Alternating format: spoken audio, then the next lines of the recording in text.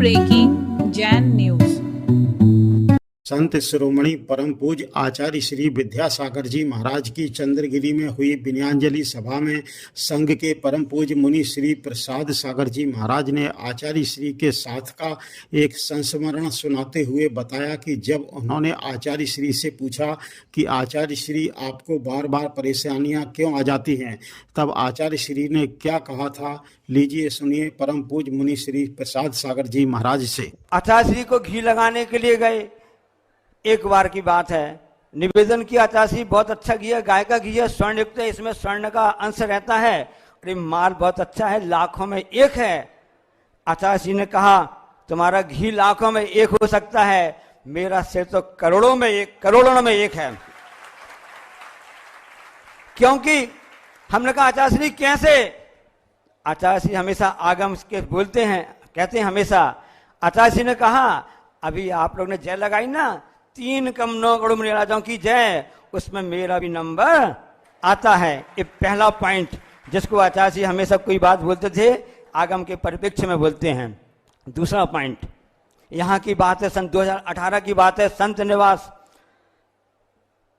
निवास चंद्रगिरी डोंगर की बात है। गर्मी का समय था, केसुनस की आचार्य श्री ने उस दिन कुछ भी बहिर्बत्ती नहीं करवाई। दूसरे दिन पारना का समय था, सुबह सुबह इसी संत निवास के पहली मंजिल में विराजमान थे, बहिर्बत्ती नहीं करवा रहे थे। पूज्य निधि सागर जी, नीरज सागर जी, निसीम सागर जी और से निष्काम सागर महाराज जी ने कहा तुम आ जाओ, शायद काम बन जाए। मैंने कहा भैया आसानी से गुरुजी मानने वाले नहीं हैं। बड़े बाबा को याद किया, गुरुजी चरणों में पहुंच गए। आचार्य श्री रात को स्वप्न आया था, स्वप्न में हमको आचार्य ज्ञान सागर महाराज जी दिखे थे। मैंने उसको नमोस्तु किया, पूछा आचार्य ज्ञान सागर महाराज जी से, महाराज जी इतनी गर्मी का समय है, केसवंश की आचार्य श्री ने उनके लिए आज पारना में क्या चलाया जावे, पारना कैसी कराई जावे, कैसी व्यवस्था आदि करी जावे कि गुरु महाराज जी की पारना अच्छे से हो जाए। आचार्य ज्ञान सागर महाराज जी ने कहा पहले एक काम करो, पारना कैसी करानी है बाद में बताएंगे, पहले गाय का घी ले जाओ और पहले आचार्य के सिर में लगा करके आओ। आप समझ लेना इतनी आसानी से आचार्य मानने वाले नहीं हैं। मैं फटाफट बात करूंगा। मैंने कहा आचार्य इंकार कर दिया, हमारी अपील खारिज कर दी सद्दी से। फिर मैंने कहा क्या करें बड़े बाबा, लाज रख लेना। मैंने कहा आचार्य श्री बड़े मैं धर्म संकट में हूं। एक तरफ आचार्य ज्ञान सागर महाराज जी कह रहे हैं कि सिर में घी लगाओ, और एक तरफ आप विराजमान आचार्य आप कह रहे हैं घी मत लगाओ। मैं आपकी बात मानूं कि आचार्य ज्ञान सागर महाराज जी की बात मानूं? तब आचार्य श्री ने क्या कहा, अच्छा ठीक है उन्हीं की बात मान लो, और हमको घी लगाने का सौभाग्य प्राप्त हो गया। आचार्य जानते थे कि बालक झूठ सही कैसा बोले भगवान जाने, बात की बात है। मैं आपको एक बात बताना चाहता हूं आज के प्रसंग में, जब आचार्य श्री यहाँ पर विराजमान नहीं है, अपने गुरु को कितना याद करते थे, परोक्ष में कितनी विनय करते थे। आज आचार्य महाराज जी यहाँ पर विराजमान नहीं है, साक्षात विराजमान नहीं है, हम सबके दिल में विराजमान है। हमारा कर्तव्य बन जाता है कि हम उनकी परोक्ष में भी उसी प्रकार से विनय करते रहे जैसे उनकी प्रत्यक्ष में करते रहे। ये दूसरा पॉइंट हो गया। अंतिम और तीसरा पॉइंट आपको बताता हूं, बहुत ही अच्छा पॉइंट बता रहा हूं आपके लिए। परीक्षा का 19 नवंबर की बात है, यहां से बिहार हो गया था, 2023 की बात है। उस दिन आपको ध्यान होगा भारत और ऑस्ट्रेलिया का क्रिकेट विश्व कप मैच था, जानते हैं आप? उस दिन विश्व कप मैच था, रिजल्ट जो भी आए हो परिणाम आप जानते हैं। उस दिन तक स्वास्थ्य खराब था, हमने कहा था आज बिहार नहीं होगा, आगे 3 दिन बिहार नहीं होगा, यहीं रुक के वापस चलेंगे। सही महाराज जी की खबर आई है कि वापस चंद्रगिरी पहुंच जाएंगे, हम पहुंच जाते हैं। आगे जाकर के 2-3 महाराज जी जो भी आप कहेंगे वो जाकर पंचकल्याण का कार्यक्रम कर लेंगे। फिर मैंने कहा आचार्य परिवर्ती कर रहा था मैंने कहा आचार्य महाराज जी ये कैसा है, पूरा मैं साल भर से देख रहा हूँ आपको एक ना एक बात कोई ना कोई परेशानी आ रही है, कभी आंख आ जाती है, कभी सर्दी हो जाती है, तो कभी पाइल्स की परेशानी हो जाती है, और कभी पेट खराब हो जाता है। एक के बाद एक रोग ऐसे लगे, ऐसी कैसी परीक्षा होती है? अरे परीक्षा तो त्रैमासिक होती है, वार्षिक होती है, अर्धवार्षिक होती है, यहाँ तो हर समय परीक्षा ही परीक्षा चल रही है। तब आचार्य श्री ने बहुत अच्छी बात कही, मैं आपको बताना चाहता हूँ, सभी श्रवण भाइयों के लिए बताना चाहता हूँ। आचार्य श्री ने कहा कि जिस दिन से पिछी हाथ में आती है, ये भगवान महावीर स्वामी की कक्षा है।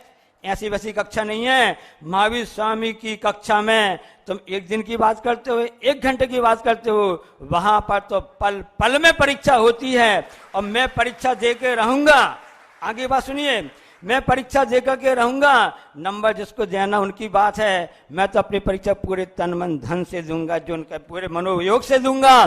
और सब जानते हैं 18-17 तारीख की बात है कि आचार्य श्री ने जो 19 नवंबर को कहा था कि मैं परीक्षा दूंगा और पूरे नंबर लेके रहूंगा, क्योंकि सही परीक्षार्थी वही है, वो नंबर को ध्यान देता है, तो अपने कर्तव्य को देखता है। ऐसे आचार्य महाराज जी कर्तव्यनिष्ठ थे और इस तरह से उन्होंने अपनी साधना को पूर्ण करके उस पूरे नंबर को प्राप्त किया है। बोलिए, ऐसा खजाना यदि आप चाहते हो, संस्मरण चाहते हो, तो आपको सब कुछ मिल सकता है।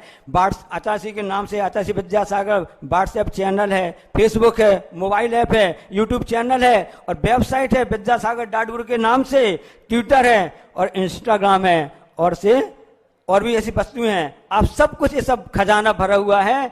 आप परोक्ष में भी उन सबको पढ़कर, देखकर, सुन करके ऐसे गुरु प्रति अपनी विनयाञ्जलि अर्पित कर सकते हैं, उनकी विनय कर सकते हैं, क्योंकि विनय मोक्ष है, द्वारम कहा गया है। बोलिए, अहिंसा परमो धर्म की। परम पूज्य गुरुवर आचार्य श्री विद्यासागर जी महाराज के प्रति देश भर में संपन्न हुई विनयाञ्जलि सभाओं में कुछ मुस्लिम भाइयों के आचार्य श्री के प्रति विचार सुनिए। इनमें एक मुस्लिम भाई श्री अब्दुल करीम अंसारी जी ने किया मांसाहार का त्याग। जिस पर तू अपनी रहमत अता फरमाता है, बरकत अता फरमाता है, इज्जत अता फरमाता है, और उस रास्ते से बचा जो गुमराही का रास्ता है, बुराई का रास्ता है। ये 5 वक्त हर आदमी पढ़ता है, लेकिन बड़ी हमारी बदकिस्मती है कि हम इसको पढ़ते हैं लेकिन समझते नहीं है और उस पर अमल नहीं करते। तो गुरुवर, अगर हम सब पढ़ेंगे, अमल करेंगे तो बहुत आगे बढ़ जाएंगे। मेरा आज गुरुजी आपसे जो मुझे आशीर्वाद मिला, देखिए, मैं इस मुंगावली को मुंगावली शरीफ कहता हूँ। मुंगावली शरीफ कहता हूँ क्यों? ये इतना अच्छा शहर है। आप देखिए कि इस शहर के अंदर ये जैन मंदिर है, ये जामा मस्जिद है, वो विद्यासागर सुधा सागर भवन है और उसके बाद सेंट ऑफ कॉन्वेंट स्कूल है। आगे पीछे मेरे दाएं बाएं मेरे आदित्य चौधरी रहते हैं, धर्मेंद्र जी रहते हैं और मेरे रुपेश भाई और ये सारे मेरे भाई रहते हैं। और मुझे इन सब के साथ जो प्रेरणा मिलती है, जो मुझे ताकत मिलती है, जो भाईचारा, प्रेम और एकता का, अखंडता का जो मेरे अंदर विश्वास जागता है, वो सिर्फ मुंगावली शरीफ से जागता है। मैं इस शहर को बहुत नमन करता हूँ। क्यों? क्योंकि यहाँ आप जैसे गुरुवर यहाँ आते रहते हैं, हमारी माता जी आती रहती हैं, आप आते रहते हैं, बड़े बड़े बुजुर्ग आते रहते हैं। इस शहर के अंदर इतने बुजुर्ग, छोटा सा शहर, और यहाँ पर इतने चतुर्मास होते हैं। कैसे धन्य है ये शहर और शहर वाले, चाहे वो किसी भी समाज के हों। हम सब धन्य हैं गुरुजी आपके आने से। और आज मैं इस यकीन के साथ, कुरान के साथ, इस यकीन के साथ और आपकी सोहबत, कहते हैं तुख्म तासीर सोहबत का असर, आपने एक आशीर्वाद मुझे दिया और मेरे मन के अंदर ऐसी वो हुआ कि मैं गुरुजी के लिए क्या करूं। गुरुजी ने मुझे आशीर्वाद दिया, आचार्य जी ने मुझे आशीर्वाद दिया, रुपेश जी ने मुझे यहाँ बुलाया, आदित्य चौधरी ने मुझे यहाँ बुलाया, हमारे सुबह मोदी जी ने हमें यहाँ बुलाया। हम क्या करें यहाँ आकर, हम क्या अच्छा करें? तो आज मैं कसम खाता हूँ कि वैसे भी मैं नॉनवेज को पसंद नहीं करता था, लेकिन आज से अब्दुल करीम अंसारी बिल्कुल शाकाहारी होगा। ये मैं कसम खाता हूँ कि मैं बिल्कुल शाकाहारी, काजी अब्दुल करीम अंसारी, वल्द काजी अब्दुल खालिक अंसारी, एडवोकेट सुप्रीम कोर्ट और मुंगावली का छोटा सा नागरिक, आपके सानिध्य से, गुरुजी आपके सानिध्य से। बहुत ही सुंदर। शाकाहार मतलब सरल आहार, सात्विक आहार। ऐसे अंसारी जी का जोरदार तालियों से अभिनंदन करते हैं। एक प्रेरणा का क्षण है और ये वास्तव में आचार्य भगवान के प्रति उनकी सच्ची विनयाञ्जलि है, जो उन्होंने इतना बड़ा हमारे भाई सफीक जी के बाद, जो कि सागर में विराजमान है, उनके बाद भाई करीम जी ने यह फैसला लिया है। हम उनको बहुत बहुत हृदय से धन्यवाद देते हैं। अभिनय भाई करें। बहुत बहुत धन्यवाद सर, गुरुजी बहुत बहुत धन्यवाद। ये आपकी सोहबत का सर, शुक्रिया सर, बहुत बहुत शुक्रिया। तो हमारे गुरुजी ने जिंदगी को इस तरीके से गुजारा है बिल्कुल कि आज उनके जाने के बाद भाई कभी ऐसा नहीं हुआ कि लोग आते हैं जाते हैं गुजरते रहते हैं, लेकिन ये सभाएं, ये एकत्रित होना, ये इकट्ठा होना हर किसी के लिए नहीं होता है। ये इकट्ठा होना, ये एकत्रित होना, ये बतलाता है कि ये एक बहुत बड़े मर्तबे के वो हामिल थे, जहां तक बहुत कम लोग पहुंचा करते हैं। इसी का है ना कि हमारा जो देश है बहुत से खुशबुओं का एक गुलदस्ता है, बहुत से खुशबुओं का गुलदस्ता है। हर समाज इसके अंदर रहता है, सिख रहते हैं, जैन रहते हैं, बुद्ध रहते हैं, क्रिश्चियन रहते हैं, मुस्लिम रहते हैं, हिंदू रहते हैं, कुछ भी रहते हैं। तो एक गुलदस्ता है, उस गुलदस्ते से जो महक आती है वो किसी हिंदुस्तान के अलावा किसी और मुल्क से वो आती नहीं है। लेकिन उस गुलदस्ते से ये समझा जाए कि आचार्य गुरु जी का जाना इस दुनिया से गोया कि उस गुलदस्ते से एक फूल का गिर जाना है। और हर इंसान जानता है कि कुछ चीज अगर वहां से गिर जाती है तो कितना नुकसानदेह हुआ करता है। तो आचार्य जी का जाना ये हमारे लिए बड़ी दुखद की बात है। अब हमें अपने आप को अगर जिंदा रखना है तो उनके जो बताए हुए विचार हैं, उनकी जो परिभाषा है, उनके जो मार्गदर्शक है, उनकी जो तालीमात है, उनको अपनी जिंदगी के अंदर उतारना है ताकि हम उनको खुश होने का मौका दे सकें। उन्होंने तो हमारी खातिर सारी दुनिया को त्याग दिया था। अमरकंटक पहाड़ के अंदर जाकर रहने लगे थे, बस गए थे, सब कुछ त्याग दिया था। लेकिन इंसान को कब खुशी होगी? जबकि उसकी करनी सफल हो। उनकी करनी सफल जब होगी जब जो मार्गदर्शक बतला गए थे उसको हम अपनी जिंदगियों के उतारें, उसकी जिंदगियों को में ढालने के मुताबिक अपनी जिंदगी को गुजारें। अल्लाह रब्बुल इज्जत हम सबको कहने सुनने से ज्यादा अमल की तौफीक अता फरमाए। और अल्लाह ताला, मैं तो दुआ करता हूँ कि तमाम इंसानों को, पूरे के पूरे भारतवर्ष को कोई ना कोई एक ऐसा शख्स दे जो उनका बदल बन सके। वाकई कोई बदल तो उनका नहीं हो सकता है, लेकिन कुछ ना कुछ ऐसा अपना साया कर दे जिसकी वजह से हम पर जो एक साया उठ चुका है बड़े का, वो कुछ ना कुछ हमें ढांप सके। अल्लाह ताला हम सबको कहने सुनने से ज्यादा अमल की तौफीक अता फरमाए।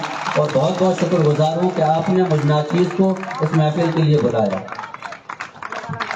महत्वपूर्ण ये नहीं कि व्याख्या कौन कर रहा है, सुन रहे कि नहीं सुन रहे आप लोग? सुनिए, महत्वपूर्ण ये नहीं कि व्याख्या कौन कर रहा है, महत्वपूर्ण ये है कि व्याख्या कैसी हो रही है। जोर से तालियां बजाइएगा आपको, बहुत बढ़िया।